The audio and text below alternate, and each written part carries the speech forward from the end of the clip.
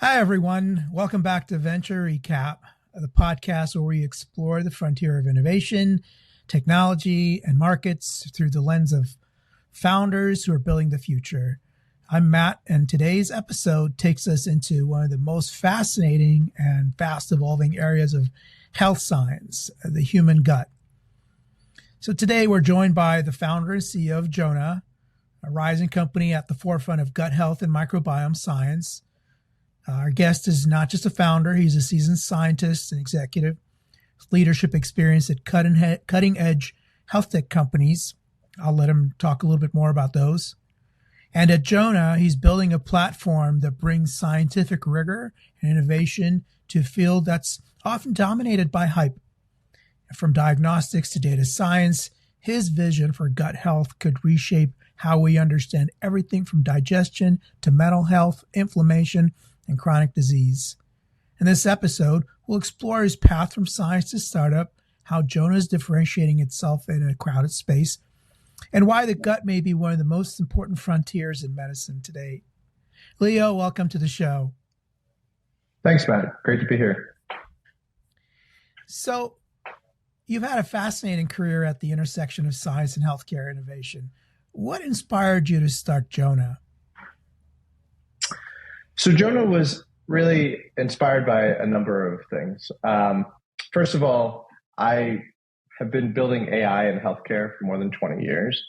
And one of the things that I learned about building AI in healthcare is that it's more than a technology problem to make a difference using AI in a healthcare application. You really need to find a perfect fit for the technology, what it's capable to do today, what it's going to be capable of doing tomorrow, with the right application and the domain area where you can have that impact.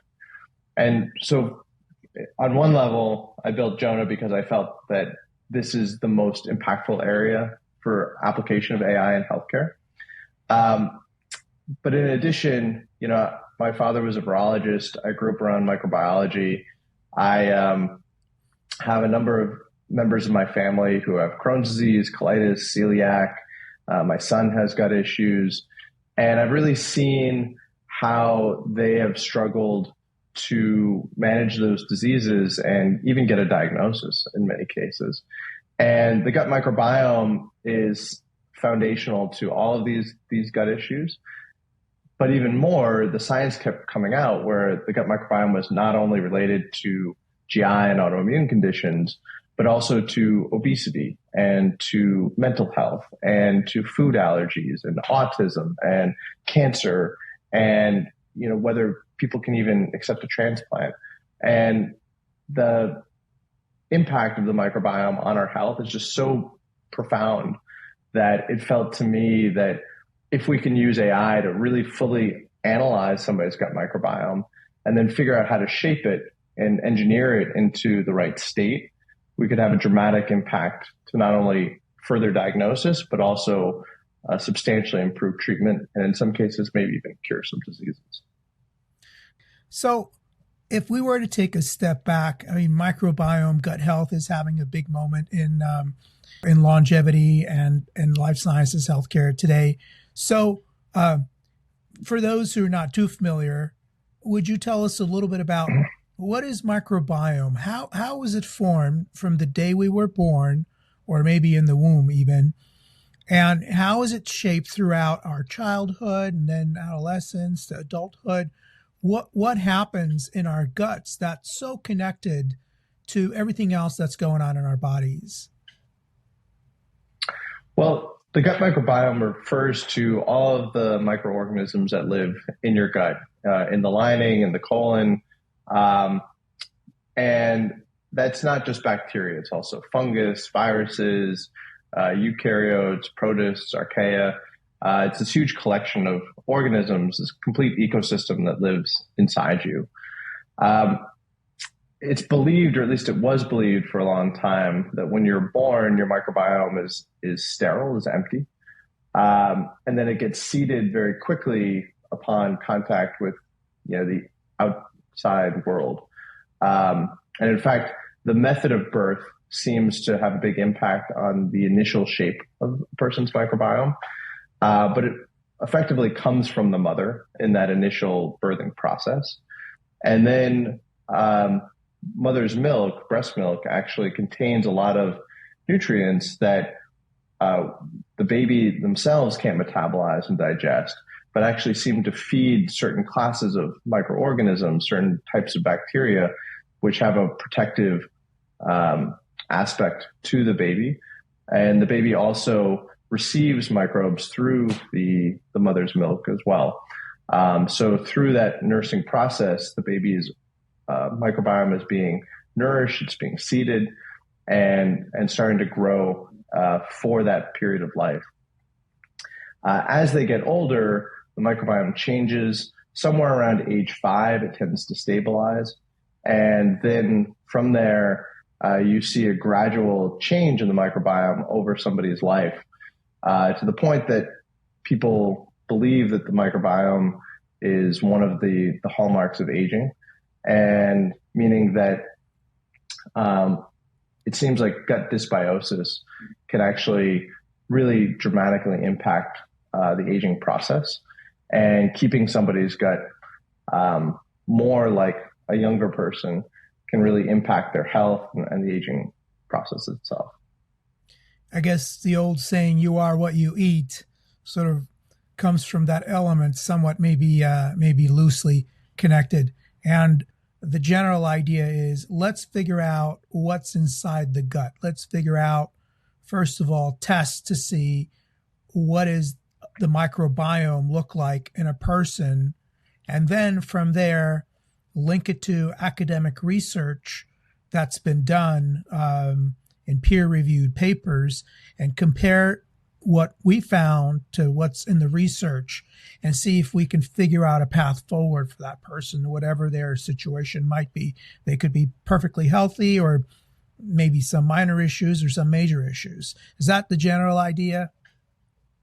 Yeah, that's exactly right. The exciting thing about the microbiome is every aspect of our health has been linked with the gut microbiome. So as I mentioned, not just GI problems, but obesity and mental health and all these other issues. But the challenge with it is the complexity. You have 30 trillion organisms that live in your gut. They change dynamically over time. And the literature is exploding today. Every month, more than 2,000 studies are published in the microbiome and PubMed. So no human being can read 2,000 studies a month or analyze the gigabytes of data that come out of a genomic sequencing of somebody's gut microbiome. And so that's why this is really an AI problem. So what we did at Jona is we built an AI system to read all those studies, give you a gut microbiome test. It's a stool sample. You send it off to the lab. We do deep metagenomic sequencing on your gut microbiome. We identify everything down to a strain level. And then the AI matches the patterns in your personal microbiome to every study that's ever been published. And then we can say, for you, your microbiome fits the profile of everything from bloating and fatigue and brain fog all the way to Crohn's disease or Parkinson's disease or even cancer. Then the AI goes a step further, reads all the interventional literature on ways you can change your microbiome through diet, lifestyle, supplements, and drugs.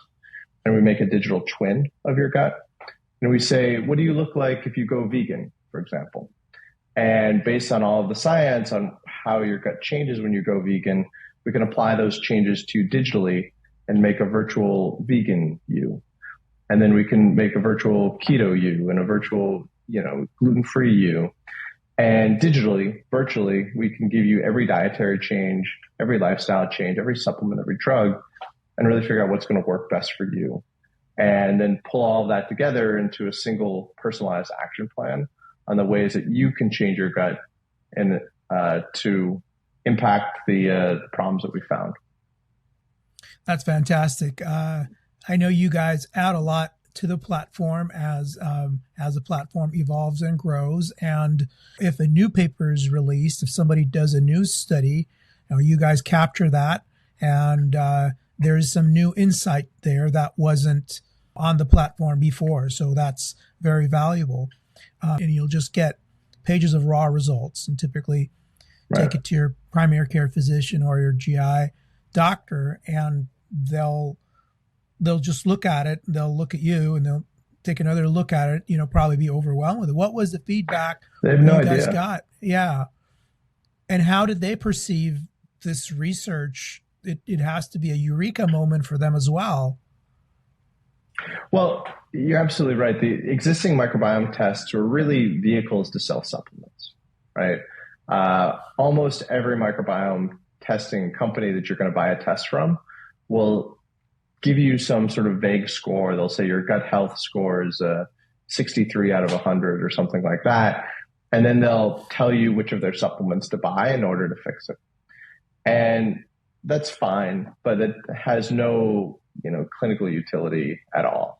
If you're a person who's been, feeling, having some kind of health issue and you're looking for a root cause, you're trying to find a solution, being told your gut health score is 63 out of 100 and being given a probiotic isn't necessarily going to answer any of your questions, right?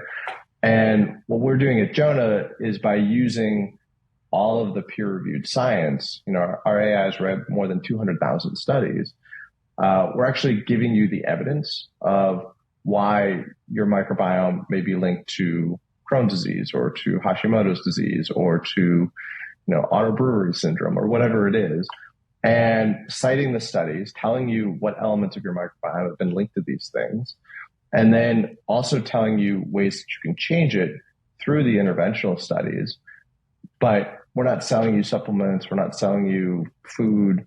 We're really giving you, connecting the dots in the literature and linking you to all the latest science to both analyze your microbiome and fix it. And so doctors love what we're doing. Really appreciate it because everything is evidence-backed. They know that we're not just selling supplements, and any recommendations that we provide, have all the citations, have all the logic. There's no black box here. And so there's no doctor that's going to be able to read 2,000 studies a month. But by having the AI do that for them, interpret this complex data, and then also cite all of the original research, it's hugely beneficial to these clinicians. So definitely no shortcuts to a quick fix or take this probiotic and everything will be better. And you don't have to have a certain condition or anything wrong just to get yourself a Jona test and your Jona platform, right? And so this is not just this covers all ages, everything, anybody with or without an issue. Yeah, we basically have three groups of people who are getting their microbiome tested with Jona. The first group are people who have health issues, and they are looking for root causes and they're looking for solutions. Second group are athletes, biohackers, the longevity community, people who want to perform better, look better, feel better. And then there's a third group of general wellness and prevention. And those people, they just want to do a check and make sure everything's okay. And if there's a problem, they'd want to get ahead of it, but they're not actually looking to change anything or fix anything in their gut. And because of the stabilization of somebody's microbiome at around age 5, then we'd say that Jona is really only appropriate for anyone who's age 5 and older.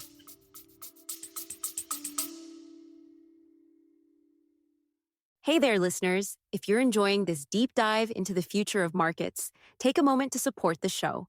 Hit that like button, share this episode with fellow investors and market enthusiasts, and don't forget to subscribe so you never miss an update. Thanks for tuning in. So, and then the GLP-1, of course, a breakthrough medicine in that field. There's also, diabetes, kind of everything tied together on that front. Tell us a little bit about the benefits for someone who's wanting to lose weight, or maybe someone who wants to gain weight, either way. But I guess to lose weight would be a good place to start. Well, we're able to look at, so your microbiome is tightly linked with weight gain, right?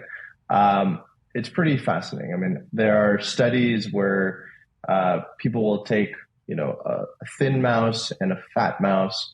And if you take the microbiome from the fat mouse and put it into the thin mouse, the thin mouse gets fat, and vice versa. You can take the microbiome from the thin mouse, put it in the fat mouse, and then the fat mouse gets thin, even if you keep the food exactly the same for these mice. And there are a lot of stories, even with fecal transplants in humans, of similar kinds of impact. If somebody gets a fecal transplant from somebody who is very different body weight from them, it can have a huge impact on their own metabolization of food, even if they don't change their diet. And so we know that there are these big changes, or this big influence of the gut microbiome on obesity.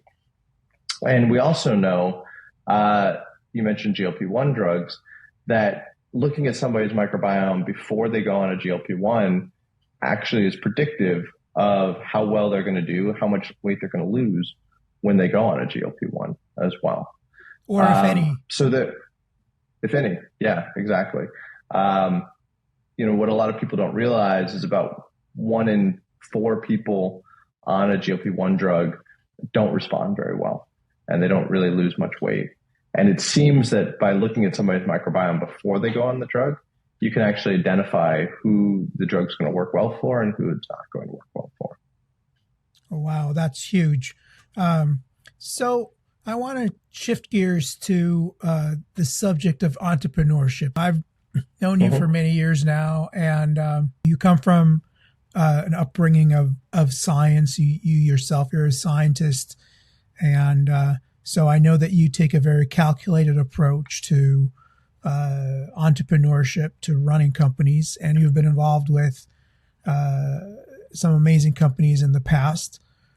There's this general notion of starting a company in a garage, throwing all resources and hacking your way through it. But I know your approach is a little bit different. Your approach is a little bit more calculated. So tell us a little bit about how you see the world of entrepreneurship. When you started Jona, what were the lessons that you've learned from your previous experiences and kind of gathered everything together for this particular venture? Oh, gosh. Well, a lot. I mean, so, I did my PhD in AI 20 years ago, and I started my career at a big company at Siemens, building AI for radiology. And then I joined a cardiovascular company called HeartFlow, where we were building a cardiovascular diagnostic test for coronary disease based on AI and computational fluid dynamics. Then I became CEO of Paige AI, which was building AI for pathology. And we had the first FDA approval for an AI system in pathology. And it was only after that I started Jona. And, in a way, my goal since finishing my PhD has really been to maximize impact of AI in healthcare, because I really feel that this technology can be transformative, really at a structural level for healthcare, and can help us diagnose, help us personalize, and help us identify much better treatments for people. But what I realized very early on in my time at Siemens was that building great technology was not enough. You needed to also understand how this technology was going to be put into practice. You had to understand workflows, payments. You had to understand patient journeys. You had to really, to build a great user experience, you had to plug into the data sources. There's a lot that goes into building a product and getting it out there in a way that can make maximum impact. That's not just the technology. And so with each of these, once I realized that there was something else I had to learn, I kept going further and further and further and learning this. And over time, that became, learning clinical trial design, learning FDA procedures, learning reimbursement, learning how to manage a team, learning how to start a company, learning how to raise money. And, at the end of the day, my goal is never change in terms of making, foundational high impact with AI. But what I've realized is that in order to do that really well, you need to get everything right. You need to hire the right people. You need to build the right company. You need to attack the right problem. You need to get the messaging right. You need to get the product right. You need to get the UX right. You need to get the right investors. And so all of that comes together systemically in order to really maximize the impact that you can have with this technology. Wow. So it seems like a lot of components need to come together. I know the terms change a lot, but as you know, I'm very bullish on healthcare and life sciences over the next decade, with AI and even quantum computing out there coming in as tech enablers. So in terms of the technology, what do you see today that's way different than 4 or 5 years ago? Is it we have more powerful GPUs or practitioners, or where are we today compared to just a few years ago? Well, I think the biggest change in AI technology, when I started, it was very difficult to build any sort of AI and get it into healthcare. We didn't have the data sets, we didn't have the compute power. There's been a lot of algorithmic advances in the last 20 years. And, computer vision, the ability to look at an image and have an AI system accurately analyze it, quantify, measure, detect cancer, et cetera, is more or less a solved problem at this point, and has been now, you could call it, for the last 5 years-ish. But what's really new over that period of time is the advances in language processing, generative AI, all of these different language models that we see with ChatGPT and others. The ability to generate language, to build language analysis at that level of robustness and quality is something that's a new advance that's really continuing to go forward. But 5 years ago, we were just not at the same place in terms of language processing. So that's been a really exciting development. There's still a lot more to go, but I think that's opened a lot of new doors. And it's really the technology that we've leveraged with Jona to be able to read all of these studies and then bring it together into an interpretation of extremely complex biological data. So let's talk a little bit about the future. What excites you most about where the science is heading in this space? Do you see Jona expanding beyond gut health into broader systems biology? Well, the technology that Jona built to analyze gut data in the context of the scientific literature could be applied to other sorts of biological systems as well. So other microbiomes, for example, like the oral microbiome or the skin microbiome or the vaginal microbiome, but also blood work or hormones. I think we are entering a world in which it's easier and easier to get vast troves of biological data about somebody, whether it's from their blood, their microbiome, their hormones, their genetics. But actually making any sort of sense out of that data gets harder and harder. And the ability for an AI to not only read the medical literature, but the scientific literature, and to be able to interpret all of that data in a personalized way, I think opens up really exciting new opportunities in personalized medicine, where only an AI system is going to be able to digest this level of data and then be able to not only tell you what's going on with your body, but the ways that you can change it that are going to be maximally effective. And that's going to be a combination of interventional literature, but also simulation and digital twins like we built at Jona. How about behavioral health? Well, it's surprising how impactful the gut microbiome is on your brain, right? There's this gut-brain connection through the vagal nerve. And it appears that the gut microbiome, especially in early childhood, is actually connected to the development of autism as well as other, neurological states. And even today, the gut microbiome is being linked with depression, with anxiety, with ADHD, with post-traumatic stress disorder, with a whole variety of mental and neurological issues.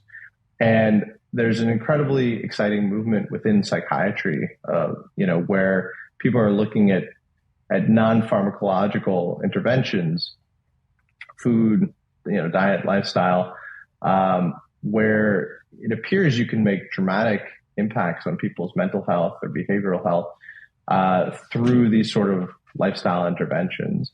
And the microbiome seems to be a really key element of both analyzing what's wrong and then personalizing how you can make those interventions and do something about it. And it's a good place to start. It's not that hard to get an analysis, right? Not terribly expensive, right? Because the platform will provide some guidance around maybe food intake, That's right. as well as working with your PCP. Exactly. Yeah, you can get Jona through your clinician, or you can order it yourself and get the results yourself. Okay, fantastic. For those who want to check it out, the website is jona.health. Take a look at it, see for yourself. Well, that was an incredible conversation. Thank you again to Leo Grady, founder of Jona, for sharing his journey, insights, and vision for the future of gut health. From his background as a scientist and executive, companies like HeartFlow and Paige, to his work now at the helm of Jona, it's clear that he's building something with the potential to change how we approach preventative care and chronic disease through the lens of microbiome. And here at Venture Science, we're always looking for founders who bring specific scientific depth, market insight, and the execution muscle. And this conversation was a perfect example of what that looks like. So if you enjoyed this episode, be sure to follow the podcast, like us, leave a rating, review, and share it with someone who's passionate about the future of healthcare. Thank you for listening, and we'll see you next time.